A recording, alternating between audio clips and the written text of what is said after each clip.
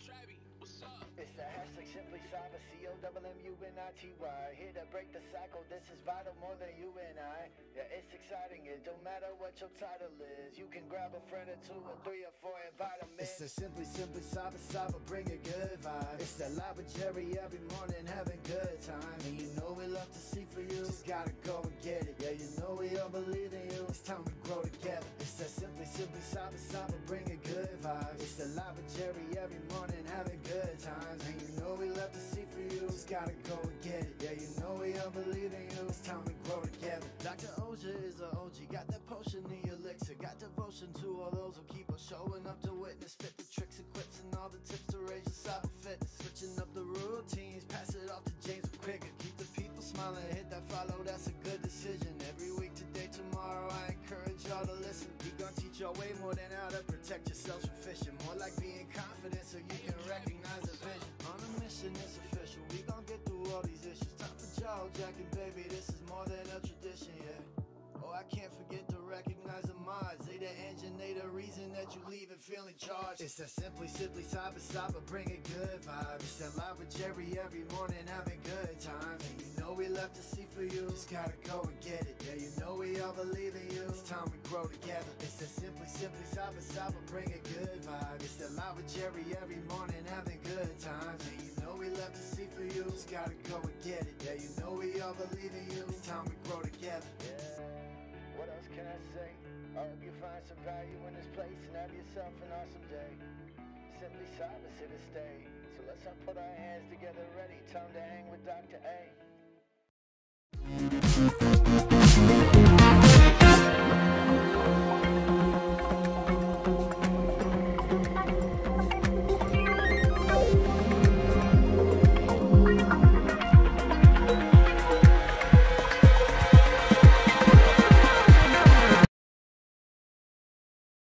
Alrighty then, good morning everybody. Today is Wednesday, May 28th, 2025. This is episode 886 of Simply Cyber's Daily Cyber Threat Brief podcast. I am your host, Dr. Gerald Auger, and over the next 45 minutes, because we're speed running today's episode, me, you, Elliot Matisse on the left coast, Marlon Johnson, Casually Joseph in the low country, Justin Gold in the upstate, Code Brew, Port Zero, Devin Grady, Brian Peak, Semfless out in Poland, guys. Not only IT, blue badges, no badges, long timers, first timers. We are all going to be shredding the top cybersecurity news stories of the day, and I'll be doing everything within my power to extract value, like I'm some type of AI automation workflow, ripping value out of these stories and distilling it down into something that you can use practically at work today in a tactical session or in a tactical capacity in order to drive cyber risk reduction down immediately or implement in some type of strategic way, or at least at minimum have mindfulness and awareness over the global threat landscape and how it may affect you, whatever your industry is, whatever region you are in the country. Now, if you are not a practitioner and you're like about to turn around and walk out like the Grandpa Simpson in that meme where he walks in and Bart's the doorman, hold on, my friend. You're going to be asked in any job interview, how do you stay current? This right here is what we call a banger of an answer in the industry. Not only is it consistent, regular, but by going deeper, you're going to be able to move quicker from A to B, basically, and get those insights. I'm telling you, I can't promise anyone a job. That's a fact. But I can tell you everything that can increase your chances of getting a job. And on top of that, we've had multiple people who have broken into the industry or leveled up in the industry say, you know, dude, this show and what we're doing here has been impactful and, you know, part of the journey. So your mileage may vary, but I'm just telling you, it's what we're doing here. It's all about good times. It's all about inclusion, support.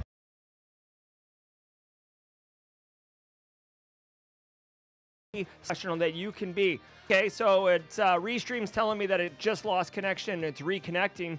So it looks like we're going to have some turbulent internet activity. Like basically we're bouncing it off the stratosphere and we're orbiting around, the sun, but the moon is somehow impeding network traffic. So whatever, we'll do the best we can today. Execute the business continuity plan. If you got a cup of coffee cup, cheers. Let me grab mine.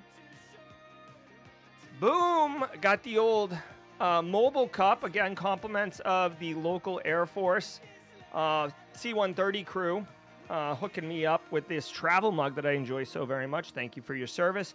Guys, I don't prep or research for any of the show's stories because that would be stupid. Ain't nobody got time for that. I'm coming at you raw like it's my regular workflow for business. That's what's up. I do want to say shout out and thanks to the stream sponsors, those who enable me to bring this show to you every single day, including Wednesday, which is Worldwide Wednesday. So stay tuned for that in a hot minute, where we're going to show you just how unbelievably inclusive this community is. But before we do that, let me tell you about Barricade Cyber Solutions Fortify 365 solution. Guys, is your Microsoft 365 environment secure? With business email compromise attacks on the rise, your entire operation could be at risk. Fortify 365 from Barricade Cyber Solutions is your shield. Their team of experts implements proven security standards to protect your business from cyber threats, ensure compliance, and safeguard your sensitive data. They've helped many organizations, including my own, that's a fact, strengthen their M365 defenses with tailored solutions that address real-world threats. Don't wait until after a breach. That would be the worst time to take action. Visit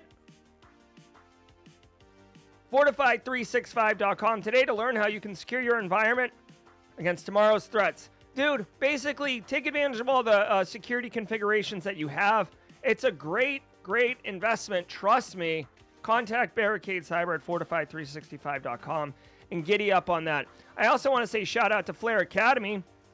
Now, many of you know about Flare.io, Flare.io, the cyber threat intelligence dark web monitoring, Telegram channel threat actor monitoring platform. Love myself some Flare.io. Well, they've released Flare Academy, which is basically a brokerage system between industry professionals and you to bring cutting-edge, high-value talks to you for $0.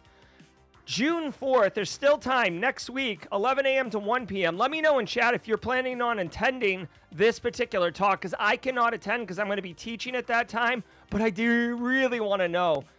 It's been told to me that I can catch it on replay. I would love to know if anyone watches it, what their initial thoughts are. Check out the introduction to the ransomware ecosystem if you would like to get smart on what is the #1 threat to any organization, any government. I mean, I'm being hyperbolic there. Number one most likely cyber threat to hit the majority of businesses and governments. There we go. Ransomware. You can find out all about from the entire kill chain all the way to the threat actors, how they get their bitcoins and cryptocurrency exchanges, how they wash them, what negotiations look like. Dude, this is like basically unbelievable. The reason I want to do this is because this is awesome. Not a lot of people get to understand how these ransomware threat actors operate until they're dealing with them, which is the worst time to do it, right? This is basically like a talk on how to like everything you need to know about house fires. It's like you could do everything to do with a house fire, how it backdrafts work, what the fire looks like, what the heat feels like, what water is like, why the fire department sets up where they do, all without having your house catch fire first. You see what I'm saying? Go check it out, Flare.io. Link in the description below will redirect you to the right place. Thank you, thank you, thank you. I also want to say shout out to Antisyphon. Guys, there's still time. Submit your blue team papers. I know several of you have submitted talks to speak at Blue Team Summit. This is a virtual conference. Very low stakes as far as intimidation factor goes. This is designed for new speakers as well. So if you've got something to share, consider submitting a paper, basically submitting a talk idea to Blue Team Summit. Even if you don't have the deck developed yet, you can still submit one, and if it gets accepted, then decide if you're going to build it or not, right? This is awesome. You have until June 15th. Don't sleep. You're going to be super happy if you do it. Let's hear from Threat Locker really quick, and then well, first let me tell you, every single episode of the Daily Cyber Threat Brief is worth half a CPE, so say what's up in chat. Grab a screenshot. Make sure you include that YouTube title that says May 28th, episode 886 for that unique identifier. Good morning, Kimberly Can Fix It, out on audio only.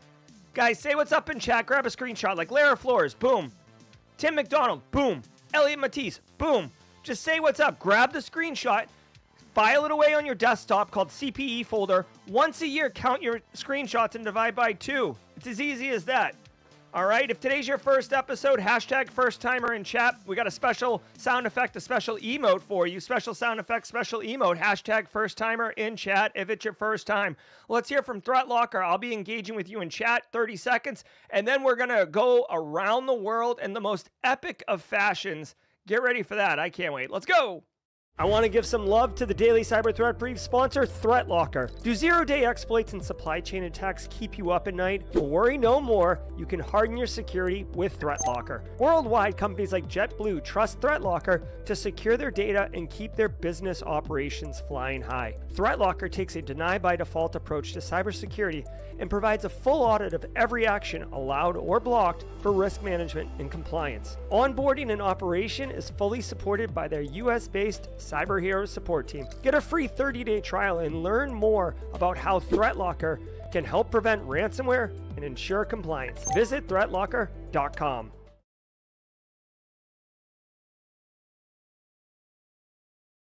Oh yeah, let's go. All right, everybody. Every single day of the week has a special segment, and Wednesdays is Worldwide Wednesday, where we go around the world, proverbially speaking, to demonstrate how awesome this community directly above my head is. We have 233 people currently in chat. We'll probably add another 200 as we kick along. And I'm going to show you how awesome this is. We're going to set the timer to 2 minutes. We're going to see if we can go around the world, touch every continent live in chat right now. Ladies and gentlemen, let's go around the world. Tell me where you're at. Steve Young's in Hollywood. Oh, wait. No, you're calling me Hollywood. What's up, Semphless? What's Steve Young? I'm just going to go ahead and mark Poland because I know Semphless is here in chat. Funky Monks, Australia. We know he's in chat. Looks like Jenny Housley's representing America correctly. Fredon is Ghana. Fredon, I know where you are. Ghana's in the hizzy. Jamaica me crazy, Damien. It's going to take me a second to get that one. Hold on. Jamaica, boom. Thank you, Damien. New York. Albany's up in here. Saberkavi. Baltimore, we got Maryland in the hizzy. Pensacola, Florida. What's up, Ryu Sec? Semphless got in Poland representing. Long Island, Joe Lurin, CS. Greer, South Carolina. UK is in the house. Roswell, UK. Got to send me those DMs for your prize, dude. Greenville, South Carolina. Upstate represent. Flow Rider. Botswana. Lebogang. Botswana. That's going to take me a second. Oh, I'm going to have to use the cheat code. Botswana. Boom. Ooh, Botswana. Central Lower Africa. Grand Risings, Michigan. What's cracking, y'all? Good morning, Cyber Guy Rio. Yes, sir. San Diego. Nerdpocalypse getting up early this morning. Triple D is in the Philippines. Yes, sir. Philippines is representing. Bangladesh, thank you very much for getting up this morning with us, or staying up this afternoon. Philippines, Jumanji, Roswell, UK, you silly. India's in the hizzy. What's up? Asia's online. Where's our South America? Where's our South America, people? Canada, nice. Love you, Maple Leaf. Hi, Sean. What's up? Ethiopia, top right. Boom. Come on, what do we got? 30 seconds. Where's our Turkey's in the house. Chris Rock representing. Mexico, thank you very much. Buenos dias. Dirty Jersey, what's up, Alabama? Good to see you, Jamer. Roswell still hasn't claimed that prize. Nope. Puerto Rico, very nice. Colombia, yes, sir. Steve, bringing the heat. Thank you. All right, now it's just table stakes. Now we're just flexing, guys. Germany's in the house. You financial powerhouse, Germany. All right, guys, let's take a quick inventory. North America, South America. Thank you, Colombia. Europe, correct. We're going to call Turkey, Middle East. Thank you, Chris Rock, for bringing it on. India, Bangladesh, representing alongside Philippines for Asia. Ethiopia, Botswana, Ghana is our African contingent. And then Australia coming all the way in correct. Ladies and gentlemen, and that is how you go around the world. All right. Cool. All right, as I mentioned on the intro, we are speedrunning today's episode. I didn't tell you guys. We're speedrunning today's episode. My son, Callan, very proud, is being recognized again for academic excellence. He is straight crushing it like a boss. Hold on, we have Argentina. I saw that. There we go. In Ireland. Okay. All right, my son is being recognized for academic excellence again, which I'm super proud of. Me and Mrs. Auger, super proud of Callan. So we're going to go and watch him get awarded for being awesome. So stay tuned. We're going to speed run to 8:45, and then I have a very special first-timer jaw jacking. So you're going to get jaw jacked and have an AMA led by somebody who's never done it solo before.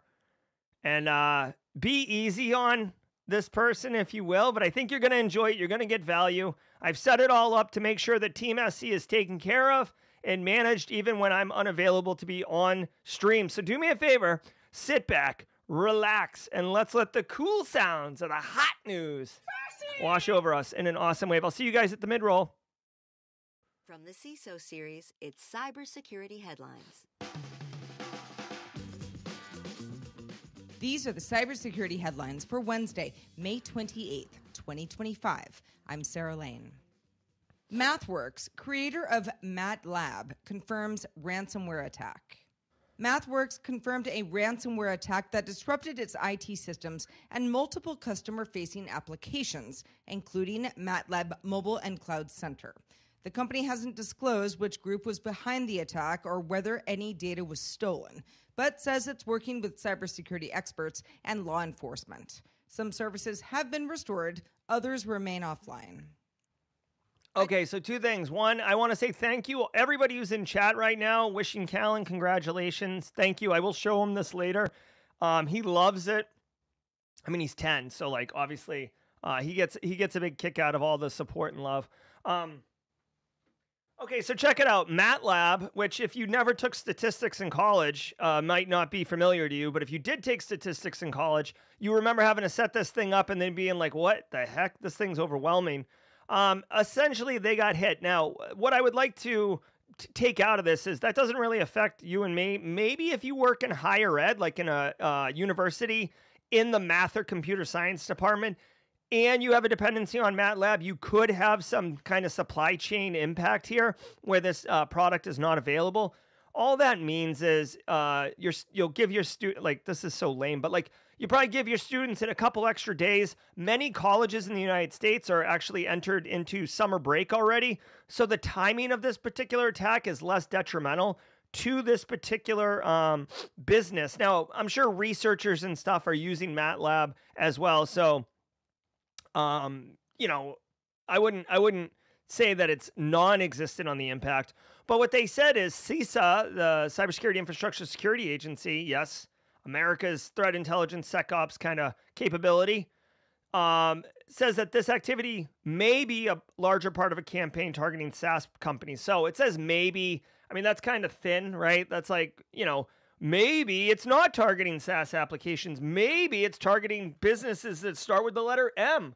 Maybe it's targeting math-based companies, right? So you would hope that the CISA declaration is rooted in some type of confidence level. Maybe they have low confidence, so they don't want to put a lot of emphasis in this. What I would say is if your company is using cloud applications, if your company is using cloud applications, be sure to check the configurations of those systems. And I'll give you a perfect example. Simply Cyber Academy has just built and implemented a ticketing system for students. We're going to be rolling it out with like mass announcements and stuff soon. I have to update the privacy policy because we do have to collect your email address. But we're rolling out a ticketing system. Guess what? Super convenient, but it's a cloud app, right? So let's make sure that we configure it correctly. Let's run through. Here's the tip, the suggestion. Work with I happen to be security as well as operations, right? But if you're split, right, you're a little bit larger of a company, you want to go through as security and say, yo, can we just go through the configurations, or have you gone through the configurations to make sure that this application is not misconfigured? I'm looking at requiring MFA. I'm looking at how long data stays in there. I'm looking at what's open to the internet. Now, once you do that, that's more of your left of boom NIST CSF protection or protect function with a little bit of Salt Bay governance sprinkled on top. But if you have the bandwidth and the opportunity and it doesn't disrupt operations, why don't you run a scanner against that tool? If operations says, yo, this thing is more secure than you know, I don't know. It's more secure than a 15th century king's daughter's chastity belt, right? Like if it's super secure, then you wouldn't mind me scanning this thing, right? And then scan it and see what scanner says, right? So trust but verify, definitely a best practice. We are definitely having internet issues. My YouTube stream back here is flailing as well. We got the loading screen back there. I'm going to turn this off for the sake of the stream to save bandwidth. Let's route all. I feel like Scotty on the Enterprise. Like I'm rerouting all bandwidth from the television to the computer. I'm giving her all she's got, Captain. All right, so anyways, make sure your apps you're depending on aren't misconfigured or not configured at all. Adidas warns of data breach after customer service provider hack. Adidas disclosed a data breach after attackers accessed customer contact information via a hacked third-party customer service provider. The company says no payment data or passwords were stolen and is notifying affected customers and authorities. All right. Details such as the provider's name and scope of impact remain undisclosed. All right, so I'm not quite sure what happened. Who is this? Are we on the wrong?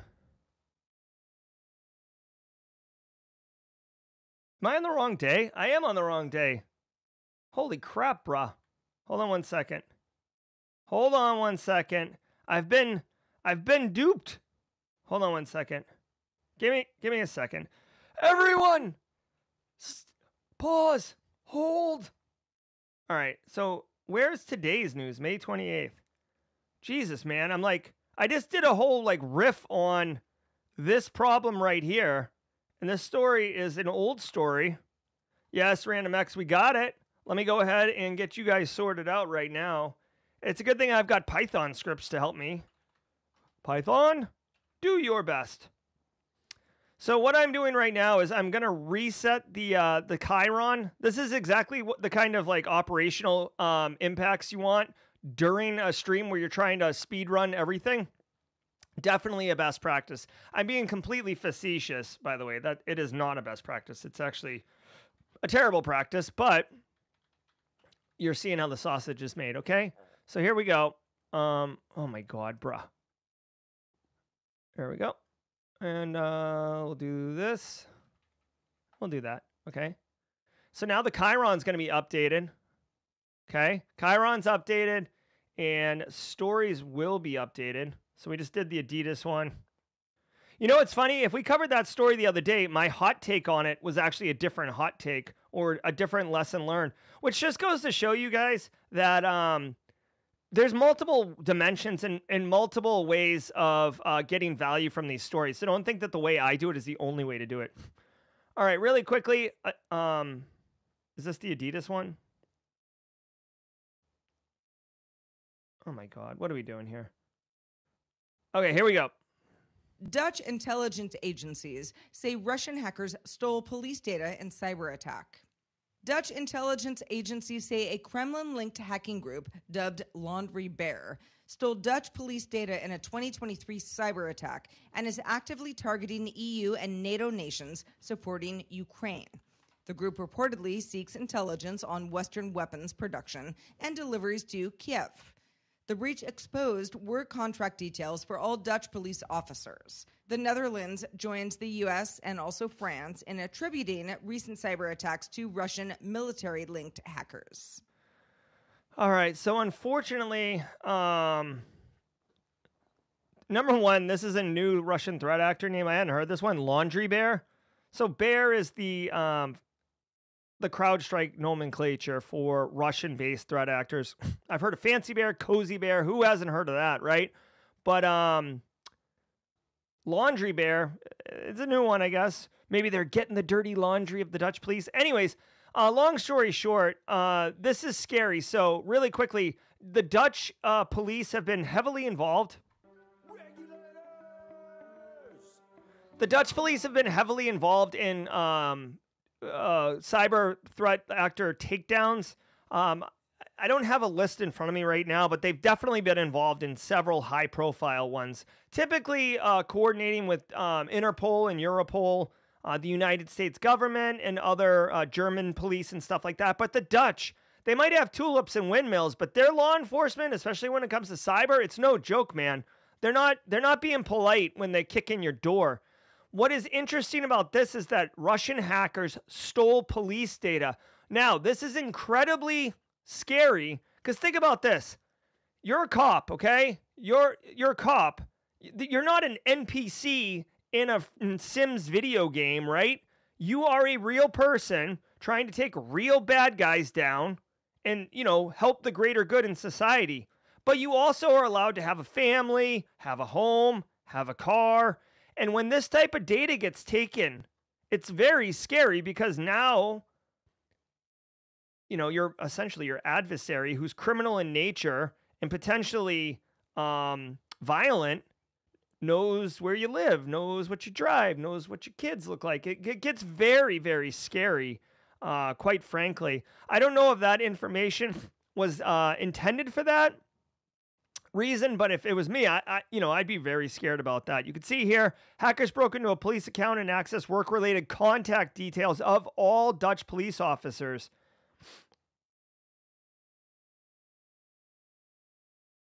Yeah, I mean, the thing is, you can encrypt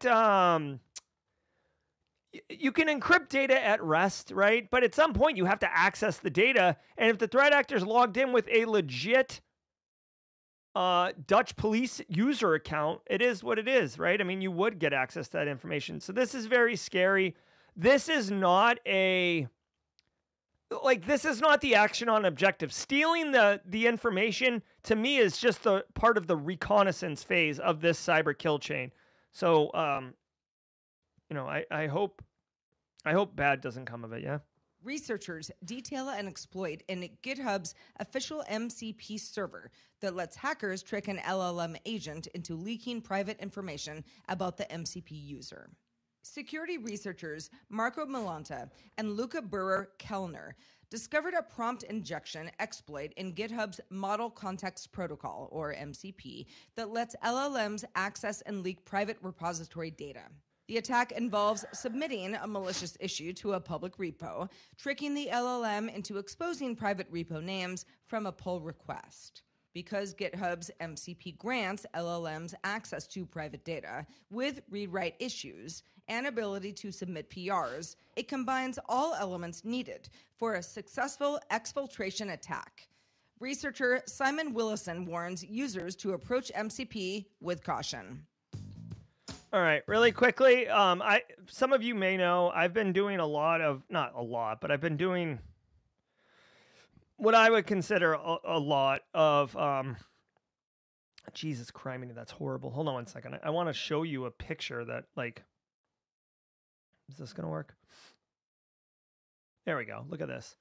All right, so really quickly, the story says that a researcher has discovered that MCP, which is Model Context Protocol, that can interface with GitHub's, LLM or whatever, or it can interface with GitHub, is somehow able to do prompt engineering to get sensitive data to leak. Okay, so this isn't new, right? What is not new is being able to trick a LLM, right? So ChatGPT, Claude, whatever, into disclosing sensitive information. Remember, the LLMs are trained on some type of data set. So if you can ask the right questions, anything that's in that data set could be provided by the AI if it's tricked properly, okay?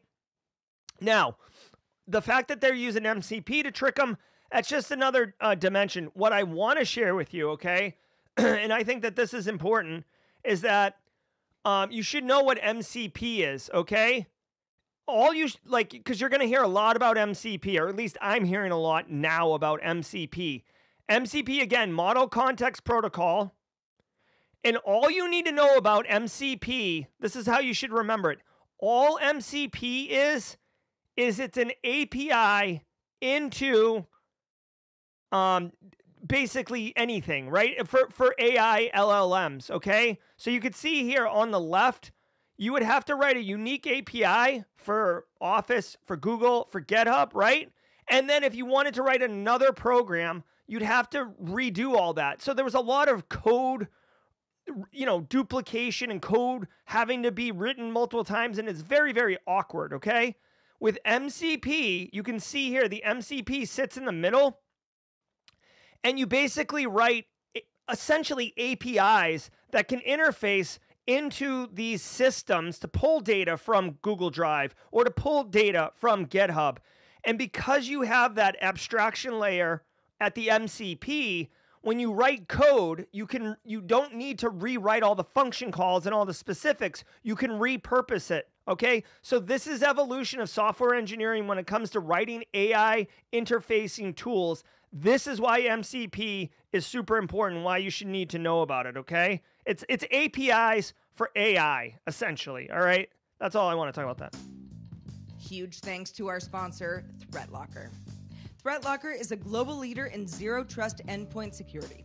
ThreatLocker operates with a default deny approach to reduce the attack surface and mitigate potential cyber vulnerabilities. To learn more and start your free trial, visit threatlocker.com/CISO. That's threatlocker.com/CISO. All right, here we go.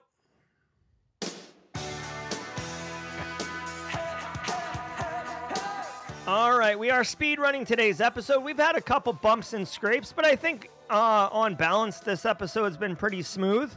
I want to say thank you again to the stream sponsors, Barricade Cyber, Antisyphon, ThreatLocker, and Flare. Guys, great people, great businesses. All the links are in the description below. I stand by them, all right? I either use their products or I partner with them because they're great people. Shout out to all of you. Thank you for being here. We got 358 of you, so it looks like a lot of people are sliding into the summer vibes. I totally get it. Either that or you're falling off the show, feeling like this guy needs to freshen it up. We'll see. I'll have to do a survey or something. Hopefully many of you enjoyed the Lunch and Learn series with Steve McMichael yesterday. If you missed it, it is available on replay.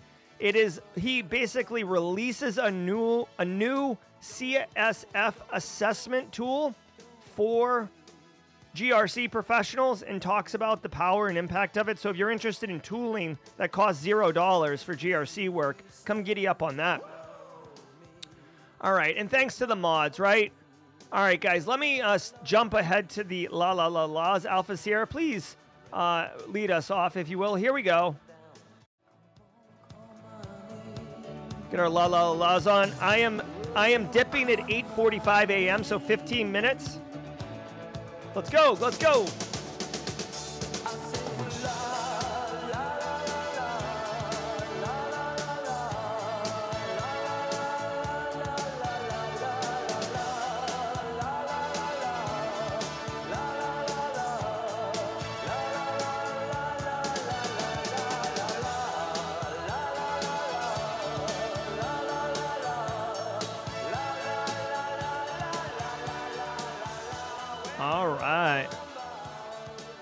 All right, here we go.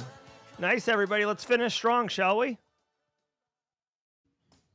Mandiant flags fake AI video generators laced with malware. Mandiant and Google Cloud have identified a Vietnam-linked group, UNC 6032, running a large-scale malware campaign by posing as providers of AI video generation tools like Luma AI and Canva Dreamlab.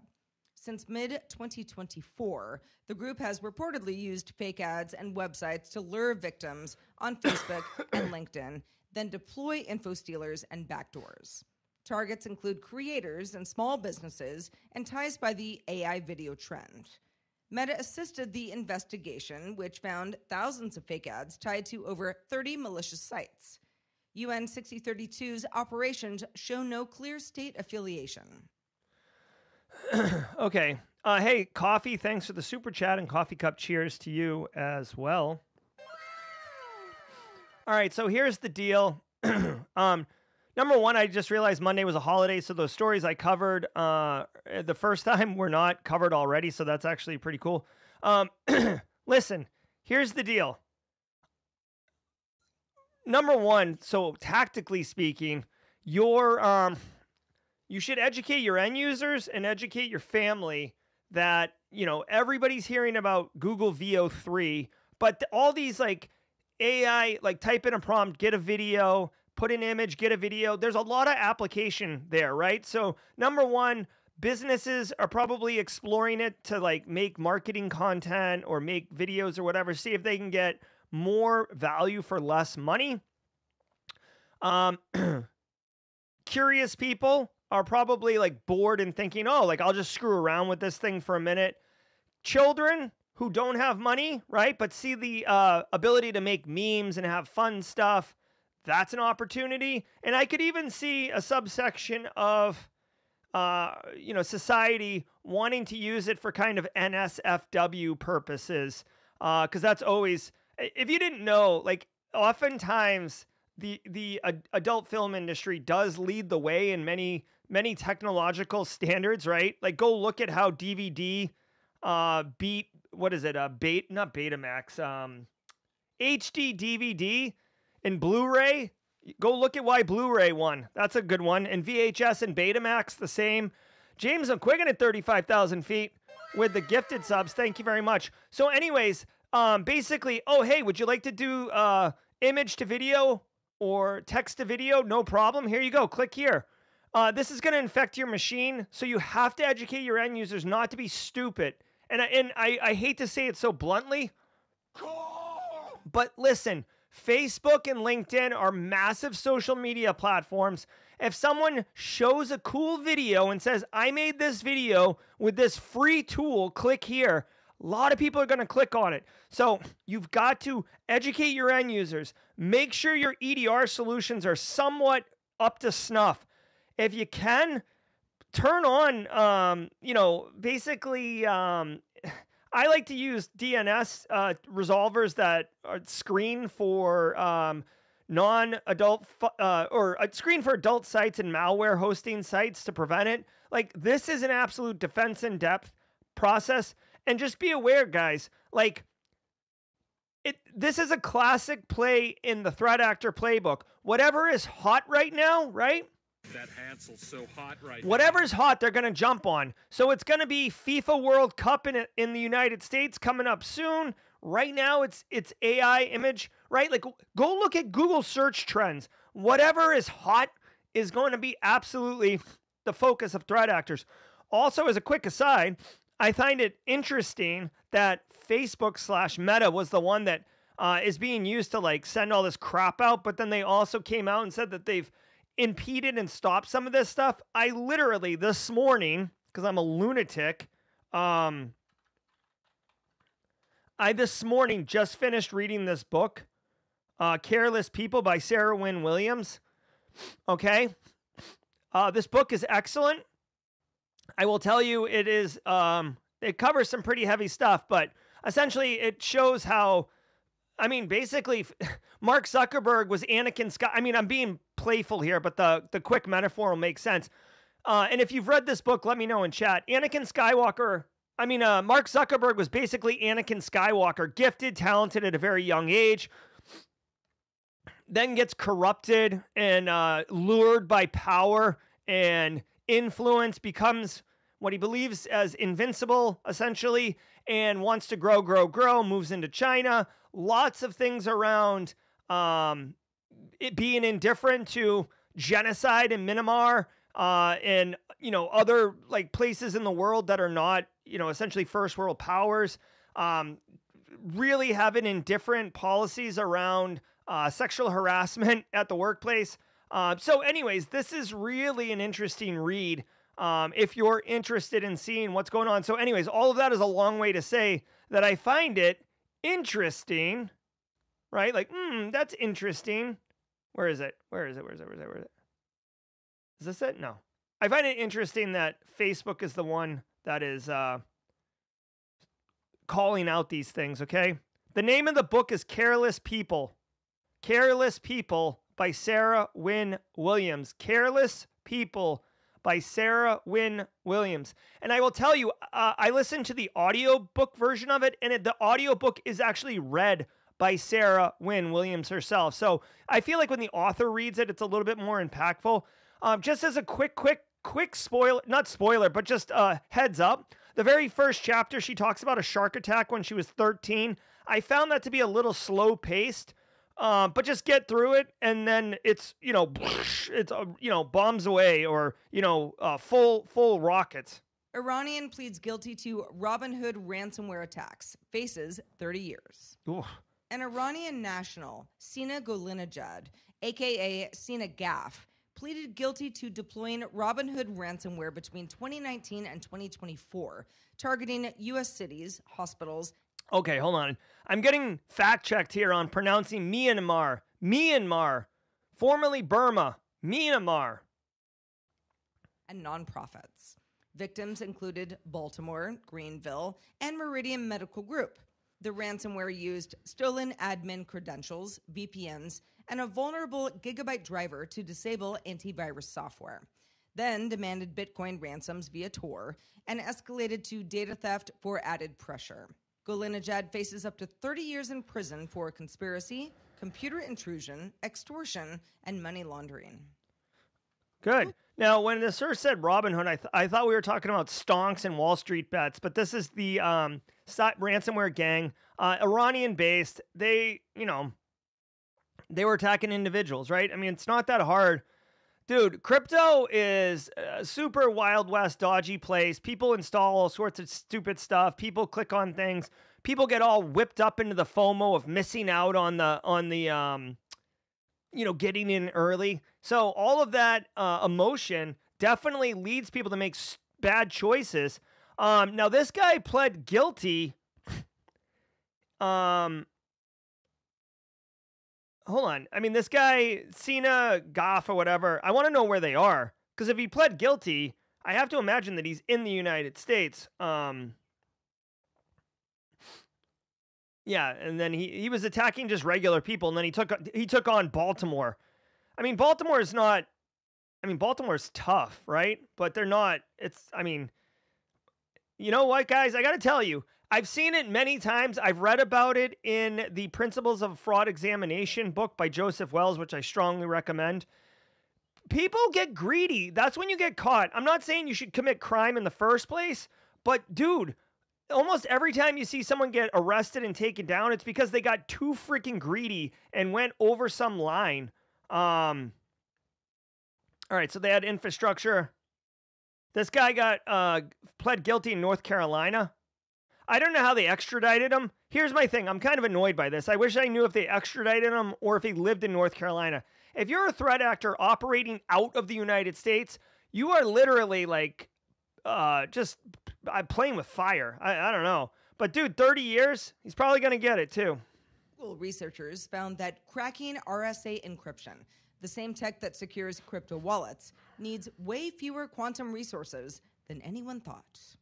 Google says it's figured out how to crack RSA encryption with a quantum computer using 20 times fewer resources than previously estimated. In a new paper, researcher Craig Gidney claims a 2048-bit RSA key used in banking and crypto wallets could be broken in under a week using fewer than 1 million noisy qubits. Bitcoin still relies on similar cryptography. Google credits algorithm and error correction improvements. Memo. All right, here you go. So I'll just leave this here. If you're a big big quantum computer guy or computer lady, you're probably looking at this infographic and feeling like you need a saxophone sound. For me, it's all right. It's all right.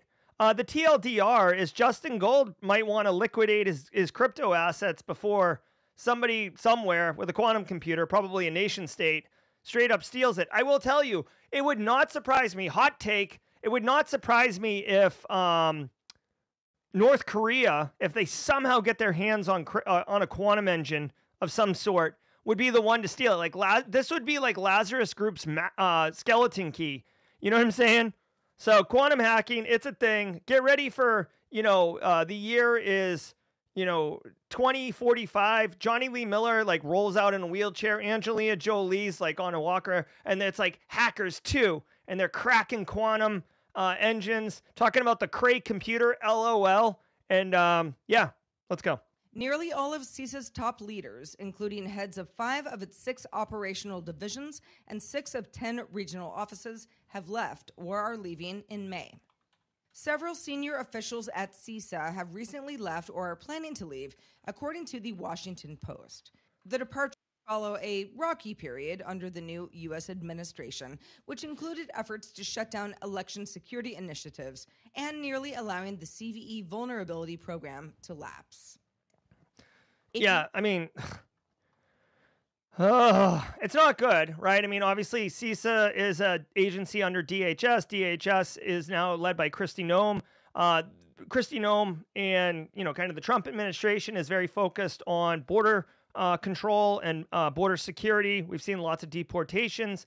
ICE is one of the agencies that falls under DHS. Allocation of resources has been moved over there. Plus, CISA, a lot of people who were appointed into positions in CISA were appointed under the Biden administration, which is a different philosophical worldview than the Trump administration, which would lead to exodus and transition of power. You see this in every administration changeover. Maybe not to this level, but we did also see a story earlier where CISA is advising that there might be an elevated attack on SaaS-based solutions, both the configuration and I forget the other part, but basically the default configuration. So CISA's still doing work. All right, guys, we are done. This is a speed run, everybody. Thank you very much. If you were here, stay tuned.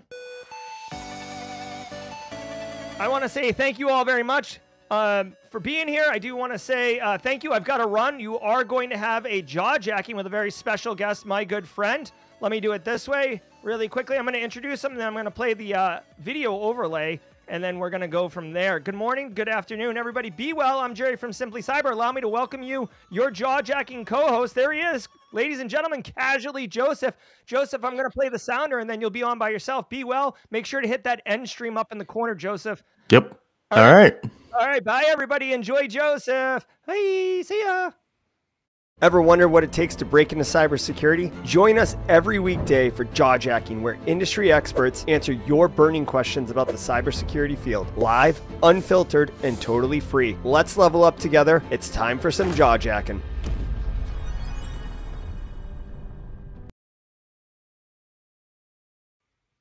All right, let's not fumble the bag right off the bat.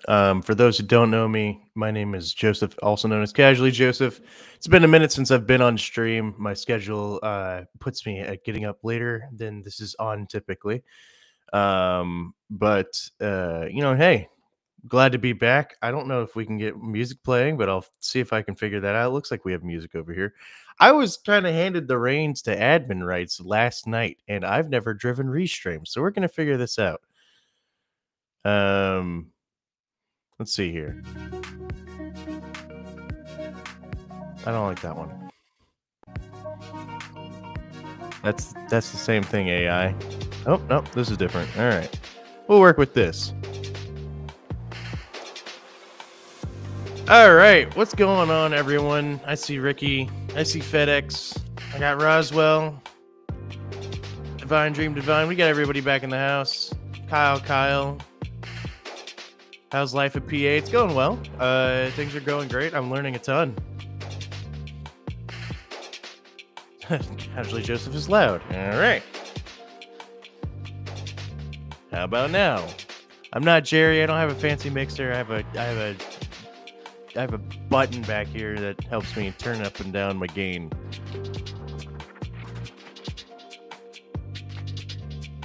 So, a few interesting stories today. I know we kind of sped through them. We got Rhonda. What's going on? James. Glad to see everybody.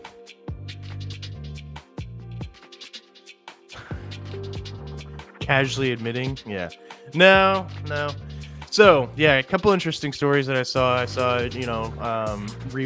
was it? Reebok? No, it wasn't Reebok. It was Adidas got pwned by a third-party customer service provider, which supply chain risk, right? Always got to have zero trust. Let's see. I don't even think he got through all of them today, which probably makes sense considering he... Background is still a 10. Oh, is the music? The music? That's not me. That's Restream. See if I can just knock that down a bit. What was my favorite story from last week? Oh my gosh, I'd have to go look at last week's stories.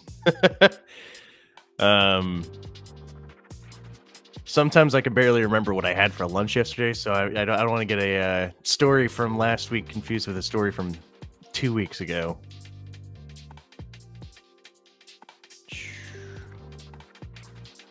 Let's see. My face is huge on stream. Well, yeah, it is. I don't know what you want me to do about that.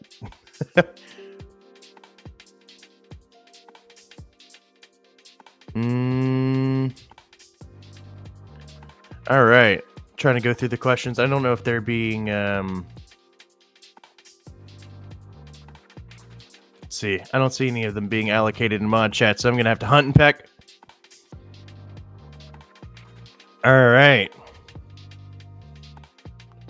Divine Dream Divine wants to know how vacation is going.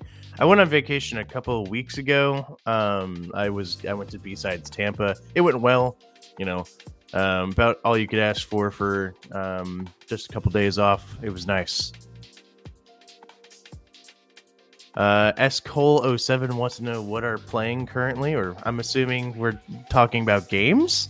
The music is just AI generated restream music.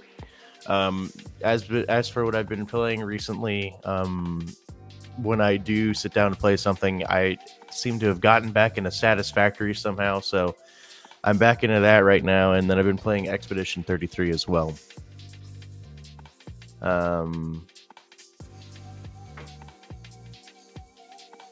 Let's see. Maybe I can... let's see. I'm trying to see if there's a way... I don't think I have all those fancy scenes. I was going to see if I could put me as a little bit smaller and have chat up. Oh. See, somebody who actually knows how to drive a restream is here. Eric is in the background.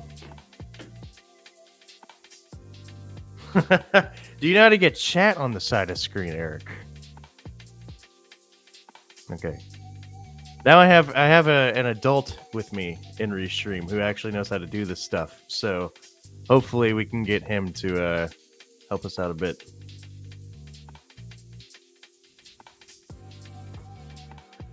All right. There we go. All right. Continuing to go through the questions. Random X. Let's see if I can find it in chat. Random X wants to know what my specialization is and how did I get here. I don't know if I see it. Oh, he's pinned. He's pinning it. Okay. Look at Eric. He's being so nice. So Random X wants to know, what is my specialization? How did I get here?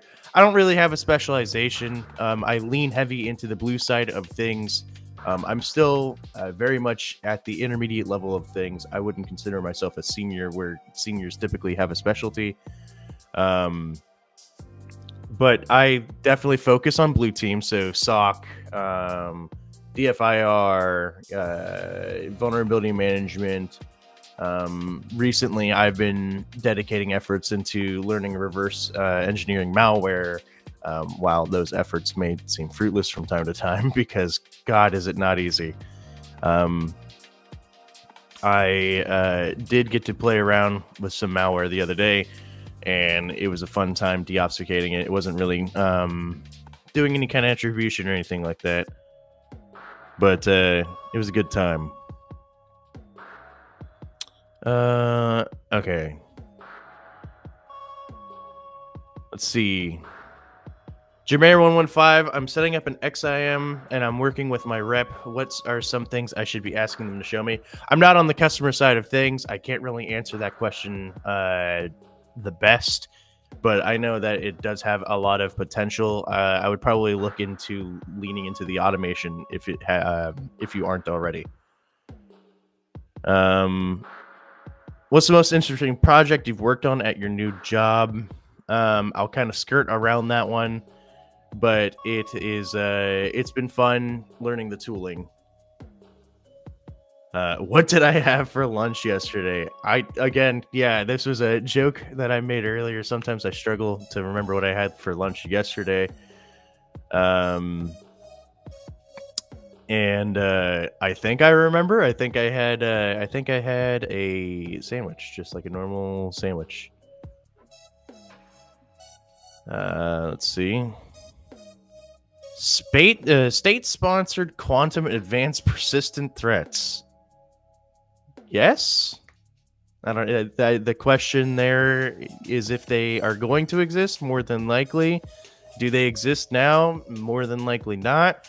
I think only a few countries have working quantum computers. They're not fully quantum computers. It is a thing that will happen eventually. We're already seeing quantum come into play with cracking hashes with with chips that have qubits on them. So I'm interested to see how that will go. Fred on what happened to my beard. I never had a beard. If you called that patch of scraggly mess on my face a beard, thank you for lifting my ego a bit. That was just a result of me not leaving my desk for a while. And yes, I shaved. Oh, did Eric like pop himself up under the, what happened there? Okay. Any specific resources that I've been using to learn reverse engineering? Josh Stroshine stuff is awesome. See if I can type his name out in chat. I never know how to spell his last name off the top of my head. Less because it's hard to spell and more because I forget how to spell things without autocorrect sometimes. Let's see. Where's chat? Can I just paste it in here? Or do I have to go to the YouTubes? Oh yeah, here we go. Boop. So Josh Stroshine, I can't post messages to some channels. That's fine. He is a very, very smart dude when it comes to reverse engineering. Of course, you have people like why am I blanking on his name? Oh no, this is embarrassing. I'm blanking on his name. Obviously, John Hammond does it sometimes, but there's another individual who I hold in high regards when it comes to this. They're also very good. I know TCM has a reverse engineering cert that I've been looking at, so I'm probably going to tackle that soon.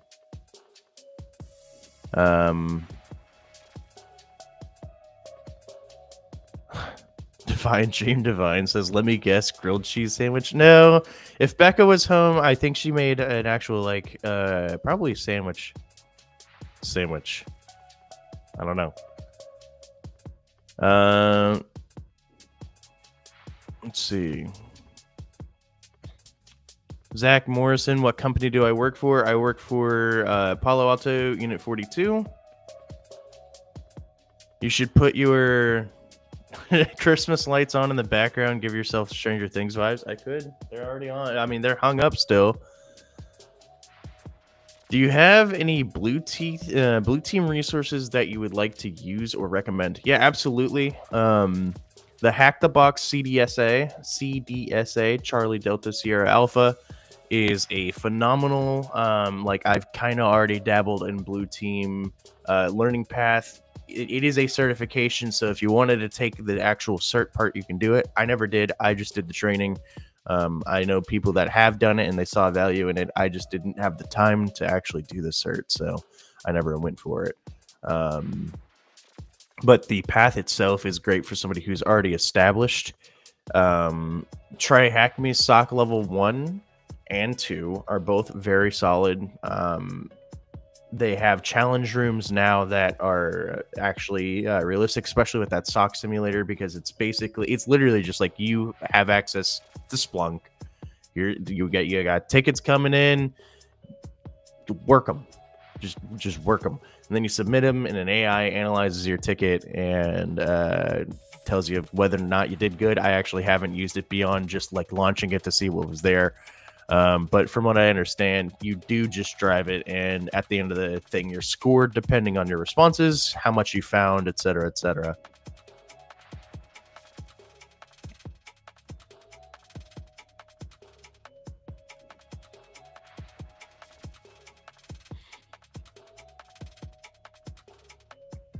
All right.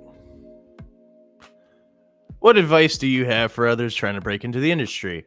Definitely look at what the demand is when you are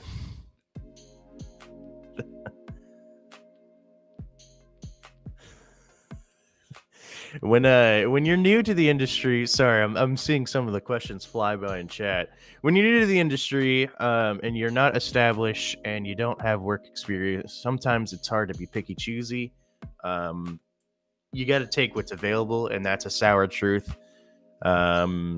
So it you may have to work the help desk, and you may not want to, but it's a fact of life. You know, hey, get into something and start getting the experience, and eventually you'll be able to pivot into something more favorable. But definitely establish a foundation technically. So you're going to want to learn how computers work. You're going to want to learn how networks operate. You want to know how things communicate. You can do this by studying for the A+, studying for the Net+, studying for your CCNA, which is a Cisco cert. All three of those are very great foundational certs. You don't have to take them. Some jobs see value in them if you're trying to target a job that wants that specifically. Maybe pay for it if you have the money. I never took those certs. Those three are all very great foundational. I need to learn the very basics certs, and honestly are probably good enough to get you in a help desk role. A lot of your level 1 help desk roles are starting to go away thanks to AI, but your level 2 and 3 help desks are still going to be there. And all your remaining level 1 help desks are probably secretly level 2 help desk jobs that they're not paying high enough for. And you've just gotten added responsibility. Those are all basically like your bottom layer, right? This is what is absolutely minimum for any role. Beyond there, you're going to start studying for what you want to specialize in. So if you want to do blue team, you're going to look at blue team resources. You'll probably end up in the SOC as your first blue team role. You may go vulnerability management. You may go infrastructure, like securing infrastructure. Those are all very foundational roles in the blue team. You're basically building a pyramid. You can start just like, you don't start as a CISO. I mean, I guess you could if you've got a lot of work experience in cyber and on the business side. But if you want to do a technical route, you're going to have to basically walk up the stairs a bit.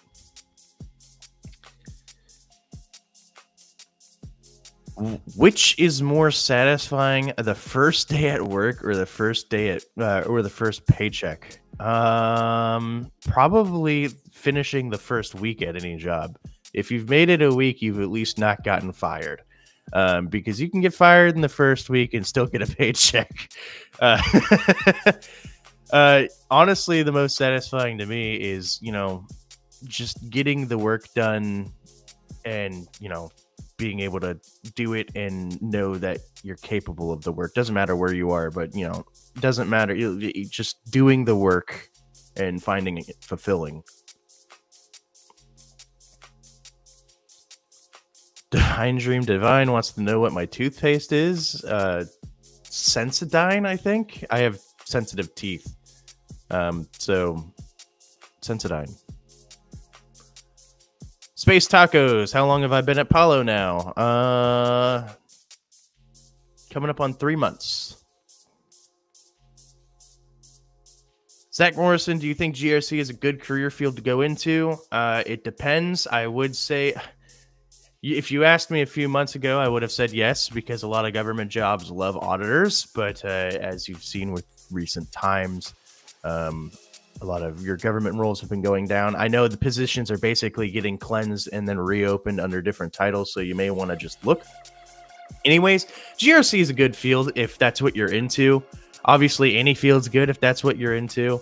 Don't go into something just because it makes money. Don't go into something just because it's in because it's what other people like. If you're into GRC, do it. There's always going to be a need for auditors at some level. So I'm sure that you can find some third-party audit organization showing that you have experience with any kind of like documentation or auditing in general is going to be the best move. I definitely think there's going to be more of a demand sooner rather than later, but right now it's tough for a lot of people. How did I get started in cyber?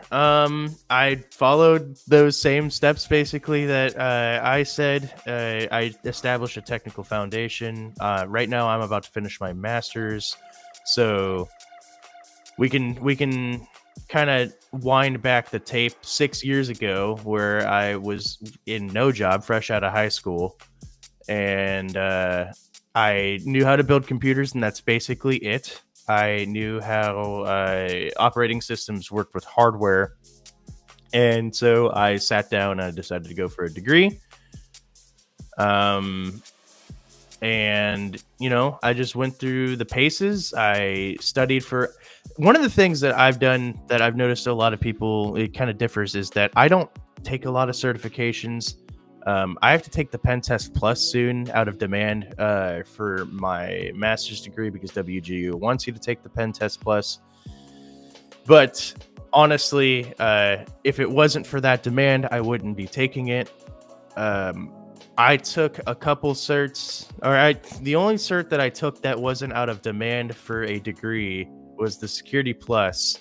And that was because I just kind of wanted to... It's something that everybody had, so I figured why not? I'd take it just to prove that I could do it to myself. And it's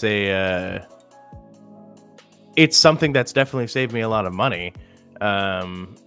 I guess it's different. Like if you're going for government jobs, they want a lot of certs. If you're going for private sector, you definitely need to have a couple certs just to show that you know what you're doing, unless you're posting content that supplements that for you.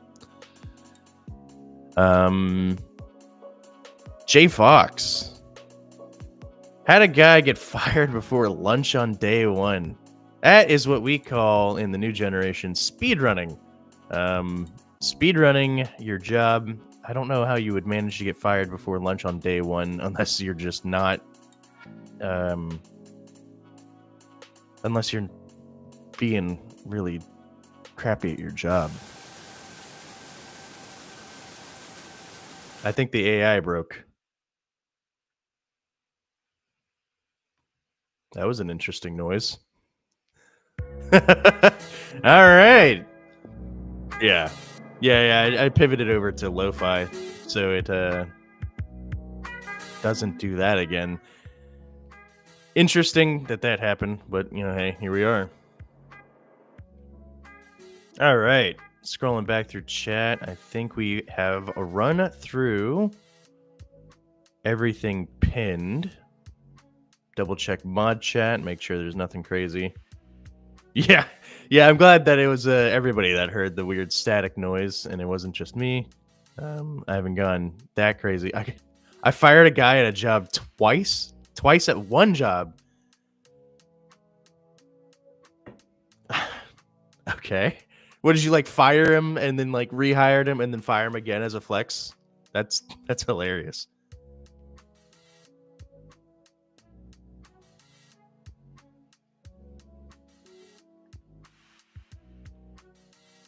Let's talk about MCP. You're dipping into things I don't really know about. MCP, I know, is that code provider for GitHub or something. Let's see, GitHub MCP. Yeah, so it's the model context protocol, provides seamless integration with GitHub APIs. what do you want to talk about it? I don't really know that much about it. I don't do a lot with coding in 1 or coding with AI in 2. Anytime I write code recently, if it's something small, I've just kind of slapped it together in Notebook++ and rode with it. I'm never having to commit to GitHub or anything like that.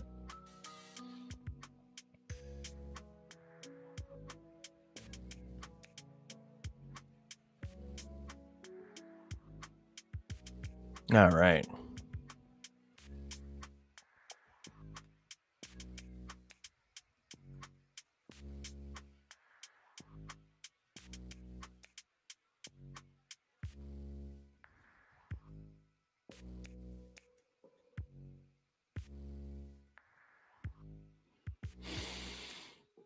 All right, let's see.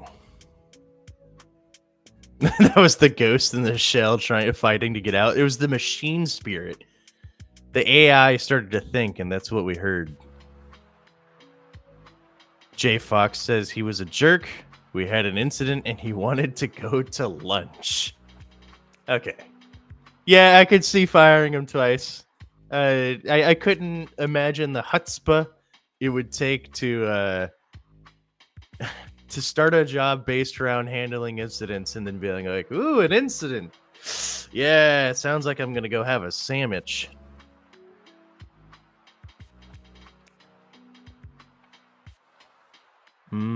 Popped a question from... let's see.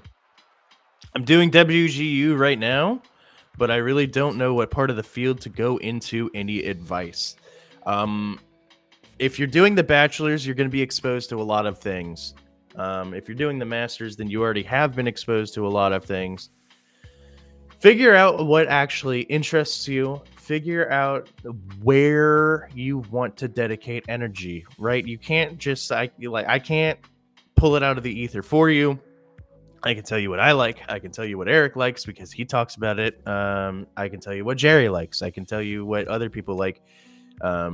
Whatever you're passionate about is what sector of the field you may want to go in. And if it's something that sounds unorthodox, there's probably a role that half supports it that you may be able to weasel the other half into.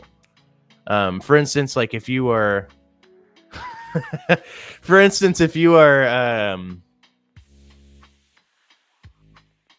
if you are like super into AI and you want to secure AI, and this is something that you want to dedicate your life to, it may not be a high in-demand role right now, but you do have GRC positions that audit AI, so you can give recommendations on how to secure AI. You can go into secure code development on how to securely integrate AI, right? There's always ways to kind of work it into the job.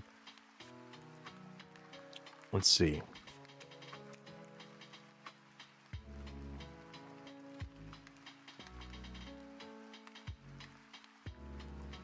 Johnny Hogan, what are things you're passionate about? Like, if asked to teach said thing, you could do it okay. So if you're asked to teach a thing, you could do it hands down. I don't know if there's anything that I could teach hands down. Usually, before I do any kind of teaching, I'm like cramming last second to remind myself about the little things that I may not have thought about. But you know, it kind of lies in with my interests, right? So, like the digital forensics, anything like that, like digital forensics, reverse engineering, things that I really like. I love the puzzle aspect of cybersecurity. I always have. I could teach vulnerability management for the most part. If you get into like specific tooling, I may not know how to do it because there's a lot of tools out there, and a lot of them are unique in their own weird ways. But yeah, things I'm passionate about. I love the thing I'm most passionate about. The thing that I've found as of recent is reverse engineering malware, and I would love to be able to teach it one day, but I definitely don't know how. Like I kind of mentioned it earlier. I took parts of malware and that was a ton of fun, and I knew that I was doing something that I really liked. And so yeah, one day I'd love to be able to teach about that, but I'm definitely not a voice of reason on that. It took me probably 20-30 minutes to do what AI did for me after I solved the iteration code block in like 2 minutes. So AI is super fast if you give it what it needs, but it's not quite at the point without doing specific models that it will do all your malwares for you.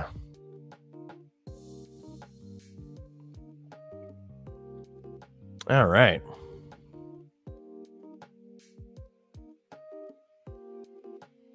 Rotor FPV, I did not see your question, but I will try and find it in chat.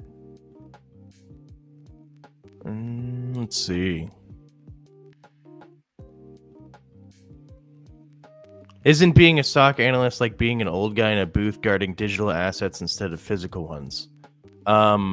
Almost, except for when a car drives up to a booth and they show you a pass, that usually just means they have entry. You don't do a whole lot of context gathering. SOC analyst is more so like digital forensics light. It's like digital forensics, you're going to go like full scope, root cause. We need to figure out what's going on. You know, you're doing like probably an hour, 2 hours worth of investigation on one thing. Whereas in the SOC, it's more so like, okay, is this malicious? Is this normal? You're kind of temperature checking, and if it is malicious, then you start going down the path of like, okay, how did it happen? How long have we been seeing this? Blah blah blah blah. Scope varies on place, and yeah. So I guess it's the same. I feel like the old guy in a booth guarding digital assets, it's more your firewall, right? Basically inspecting packets to see if they're allowed in the environment. But it does take some investigative skill to go through. And I believe his second question was here somewhere about, do I use an IDE? If I do use an IDE, it's either going to be the PowerShell ISE. Am I familiar with Python? Best IDE. When I did Python in my bachelor's, I used Visual Studio. Visual Studio is legit. I like it. I'm sure there's probably more out there, but I think even Notepad++ has the ability to syntax highlight Python, so you can do that. Actual development environments, I just use Visual Studio. All right. Random X, staring at Wireshark logs. Gotta love that. Yeah. If that's what you love, you can be a network engineer. Code Brew, did you experience any imposter syndrome when pursuing your new job? And if so, what made you realize you were capable of doing the job? Yeah, I experienced imposter syndrome with tons of things. I didn't want to leave a job that I liked for something that I may not have liked. Really, yeah, exactly. Eric says in the background, you're still probably feeling that way, I imagine. And I say, yes, I very much am still feeling the imposter syndrome every day. Any incident that I click on could be something that I know nothing about. And, it's definitely a feeling where, like, sometimes I'll close something and I'm like, I totally did not know what I was doing there. But I probably did. And it's just that gnawing feeling in the back of your head that you have to ignore sometimes. What made me realize I was capable of doing the job? Well, I haven't been fired yet. So that's a pretty good indicator. Leap of faith sometimes, right? You have to just try it out. All right. Reuse sec. No, the feeling. I think this was talked about general interests. I'm interested across the board. I'm trying to dial in to the pentest GRC AI combo. Okay, so GRC AI pentest. GRC AI you can see going hand in hand because, right, you're going to be auditing things like that. Let's see. Okay. Pentest, you may want to pivot if you're interested in that kind of like auditing feeling that pentest gives you. Then you may want to kind of lean into like vulnerability management. Vulnerability management is almost like pen test, but you're internal and you're not actually poning things. You're kind of just proving that vulnerabilities exist and then using that GRC wing to actually like implement changes to help mitigate those risks.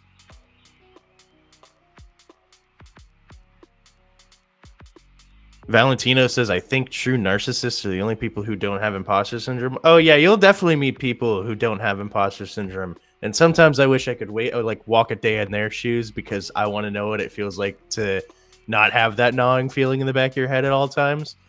But they aren't usually very fun to talk to. Let's see.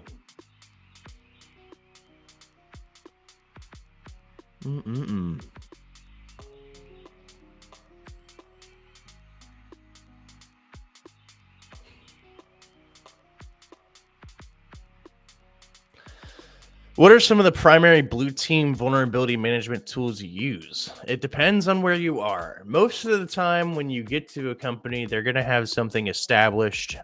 They'll probably have it listed in the job recs, but I would say the most popular ones are going to be for blue team. You'll probably be looking at Elk or Splunk, or I feel like everyone uses Jira or some kind of ticketing.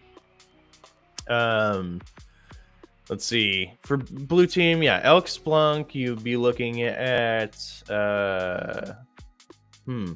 some kind of SOAR, I would imagine, in most blue team roles. In vulnerability management, you're going to be looking at vulnerability scanners of some kind. So think of like Nessus, Qualys, etc., etc. Really, honestly, like go pick like a dozen job recs, look at the tools that they list and find overlap, and that'll probably be the best place to dedicate effort to. Most tools have either free entry-level certs that you can study for, or free training, or cheap training, or a free version that you can download and use yourself. It's like most tools have that because they want people to be able to learn their tools so that they can sell it to businesses better because their workers already know the tool. So it really depends on where you're working. If you ever have to build something from the ground up where they don't have tools established, that is a entire that's a whole process. And so if you're ever free reign like that, good luck. Godspeed.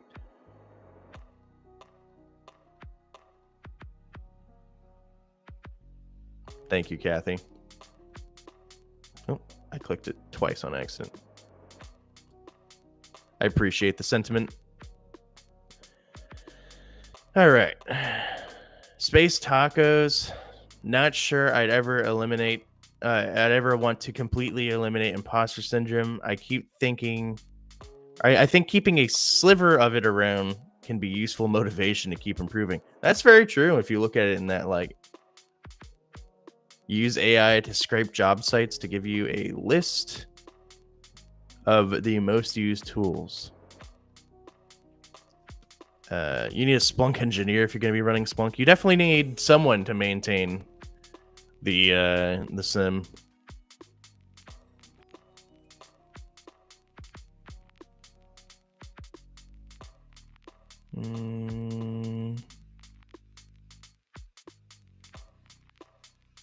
Let's see. Do we have a 9:30 coming up? Let's see. 9:30. I think is it 2 Cyber Chicks today? Today's Wednesday. Go to the YouTubes.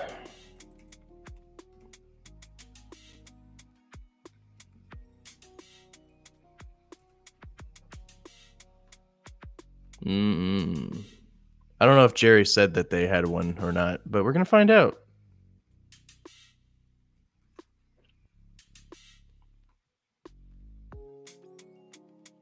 Do we have one scheduled for today? What is today? The 28th. I don't see. Oh, yes, we do. We have the ICS one. So we'll try and raid that one as this one goes off in about 6 minutes. Yep. Thank you, Justin. All right. Where does Godspeed fall in the NIST CSF? In the subtext.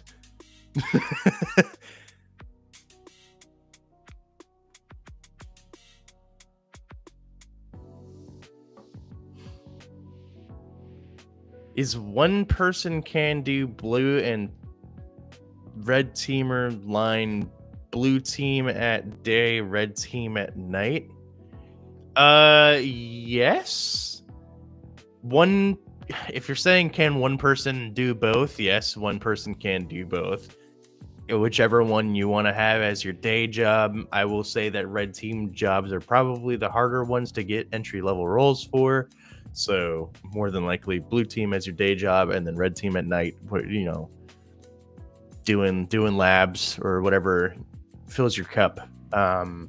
There are purple team roles, but those are usually unorthodox and highly specialized.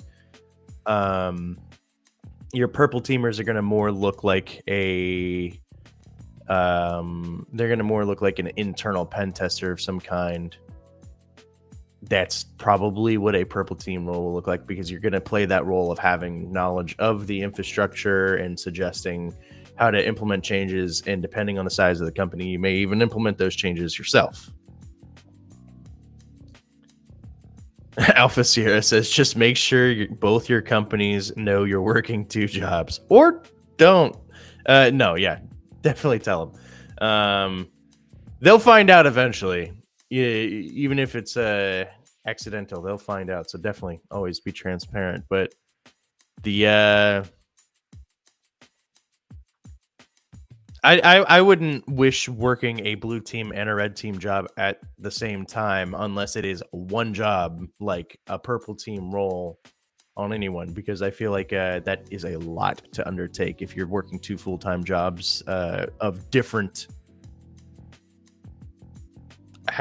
different schools, different school of thoughts.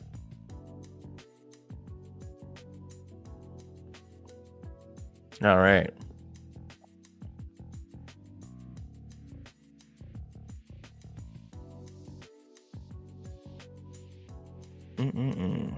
Let's see. Going through chat to make sure we didn't miss anything.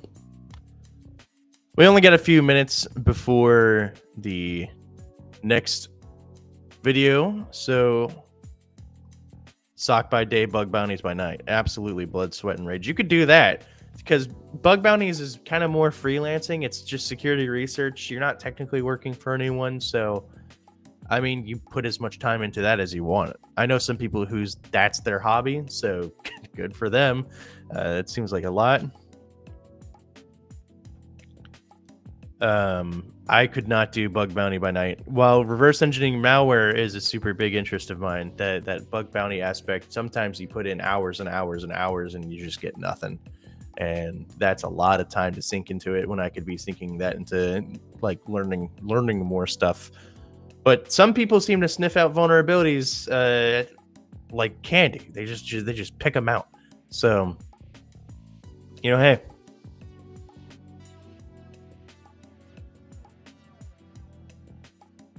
Space Tacos, always renowned for this question. How you doing? I'm doing all right. I'm ready to be done with the Pen Test Plus so I can go back to learning stuff I like. The Pen Test Plus has been a hurdle for me, that's for sure. I'm doing good though, you know, steady. Sleeping well, eating well. I've been trying to get in shape recently. You know, feeling like I'm turning 45 at 24 is definitely not the move. So trying to use the body I have. Yeah, Eric says shape other than round. Yes, a shape other than round. That is the ideal. All right. 2 minutes. Let's see. Should we push people over at the 9:29 mark so we can play all the videos? Play all the videos and outros? All right. Well,